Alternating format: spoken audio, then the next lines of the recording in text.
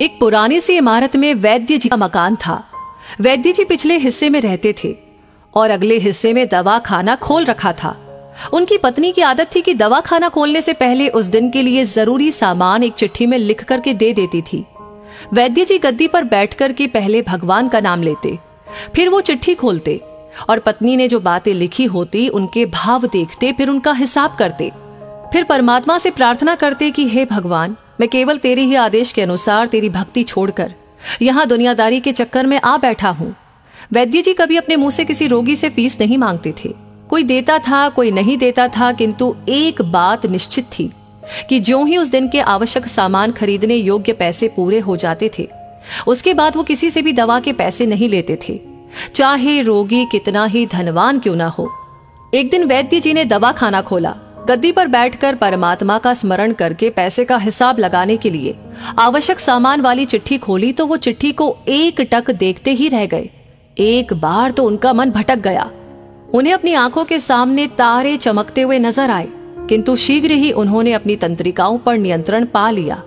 आटे, दाल, चावल आदि के बाद पत्नी ने लिखा था, बेटी का विवाह 20 तारीख को है, उसके दहेज का सामान। कुछ देर सोचते रहे, फिर बाकी चीजों की कीमत लिखने के बाद दहेज के सामने लिखा, ये काम परमात्मा का है, परमात्मा जाने। 1-2 रोगी आए थे, उन्हें वैद्य जी दवाई दे रहे थे। इसी दौरान एक बड़ी सी कार उनके दरवाजे के सामने आकर रुकी। वैद्य जी ने कोई खास तवज्जो नहीं दी, क्योंकि कई कारों वाले उनके पास आते रहते थे। दोनों मरीज दवाई लेकर चले गए।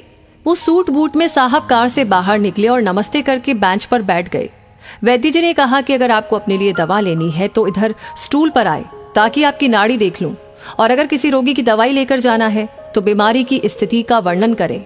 वो साहब कहने लगे, वैद्य जी, आपने मुझे पहचाना नहीं। मेरा नाम कृष्णलाल है, लेकिन आप मुझे पहचान भी कैसे सकते हैं, क्योंकि मैं 15-16 साल बाद आपके दवाखाने पर आया हूँ। आपको पिछली मुलाकात का हाल सुनाता हूँ, फिर आपको सारी बात याद आ जाएगी।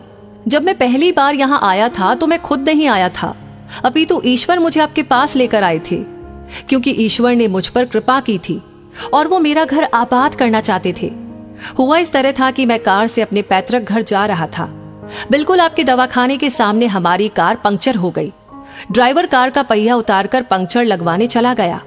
आपने देखा कि गर्मी में मैं कार के पास खड़ा था, तो आप मेरे पास आए और दवाखाने की ओर इशारा किया और कहा कि इधर आकर कुर्सी पर बैठ जाए।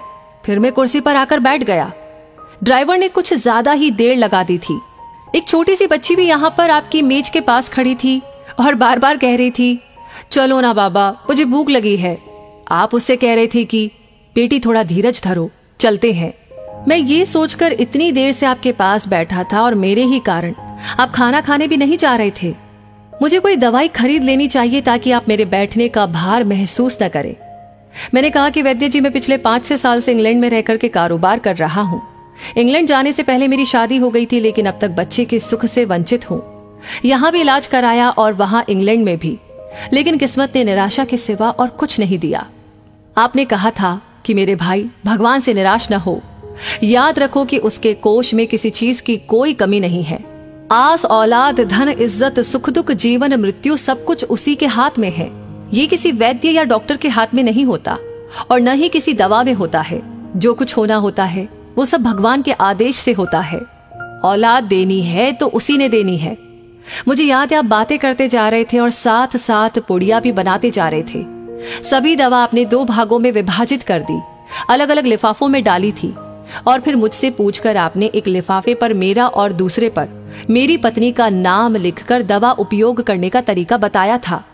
मैंने तब वो दवाई ले ली थी, क्योंकि मैं सिर्फ कुछ पैसे आपको देना चाहता था। लेकिन जब दवा लेने के बाद मैंने पैसे पूछे तो आपने कहा था, बस ठीक है। मैंने जोर डाला तो आपने कहा कि आज का खाता बंद हो गया है। मैंने कहा, मुझे आपकी बात समझ नहीं आई। इसी दौरान वहां पर एक और आदमी आया और उसने हमारी चर्चा सुनकर मुझे बताया कि खाता बंद होने का मतलब ये है कि आज के घरेलू खर्च के लिए जितनी राशि वैद्य जी ने भगवान से मांगी थी वो ईश्वर ने उन्हें दे दी है। अधिक पैसे वो ले नहीं सकते।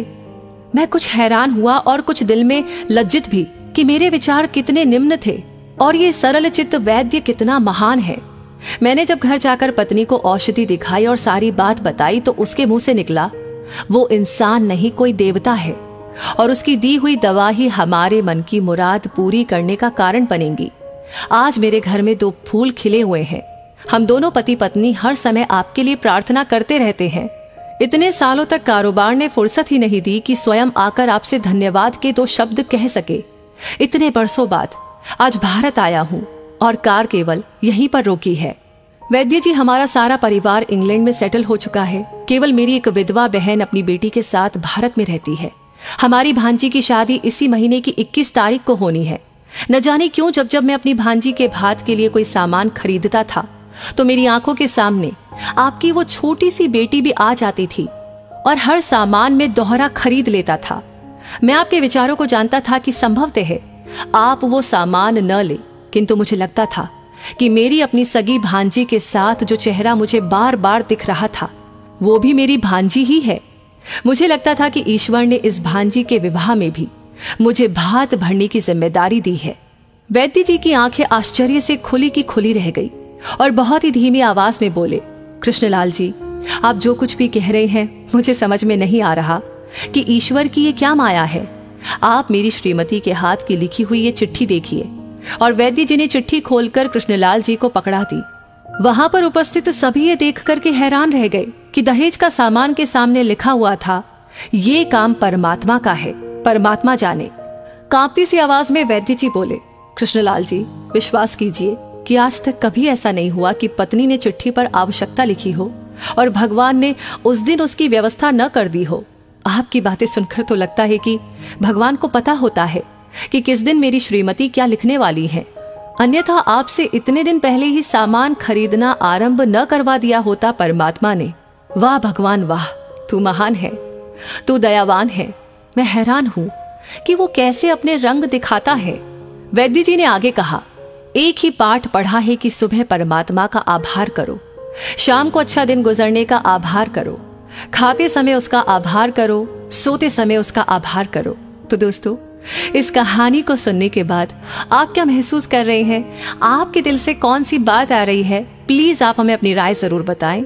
इस वीडियो को लाइक आपने कर दिया है तो शेयर करना बिल्कुल ना भूलें। आपका हर एक लाइक, हर एक कमेंट, हर एक शेयर हमें इंस्पायर करता है ऐसी कहानियां आप तक पहुंचाने के लिए।